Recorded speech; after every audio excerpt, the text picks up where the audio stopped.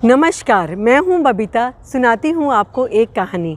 एक नगर में एक राजा जो प्रातःकाल उठते हैं और सूर्य नमस्कार के बाद में अपने महल के झरोखे में खड़े होकर अपने आप से प्रश्न पूछते हैं कि कल रात कैसी बीती, कल दिन कैसा बीता।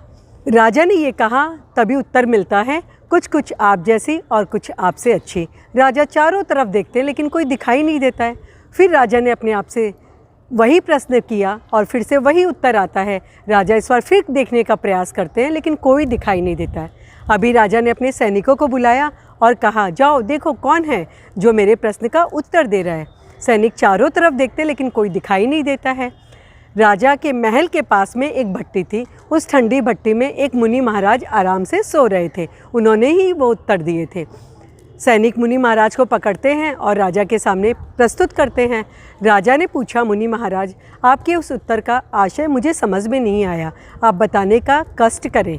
मुनि महाराज ने कहा, राजन, रात में आप मखमली गद्दे में सोए थे और मैं नरम नरम राख पे। सोने के बाद दोनों समान थे, इसीलिए मैंने कहा कुछ कुछ आप जैसी। और उठने के बाद आप इतनी सारी चिंताओं में घिरे हुए हैं, अपने राज्य की चिंता, राज्य विस्तार की चिंता, अपनी प्रजा की चिंता। लेकिन मुझे देखिए, मुझे कोई चिंता नहीं। मैं वर्तमान क्षण में जीता हूँ, जैसा हूँ प्रसन्न हूँ। इसीलिए मैंने कहा कुछ कुछ आपसे अच्छी। ये छोटी सी कहानी हमें बताती है कि हम वर्तमान में रहते हुए वर्तमान में जिए।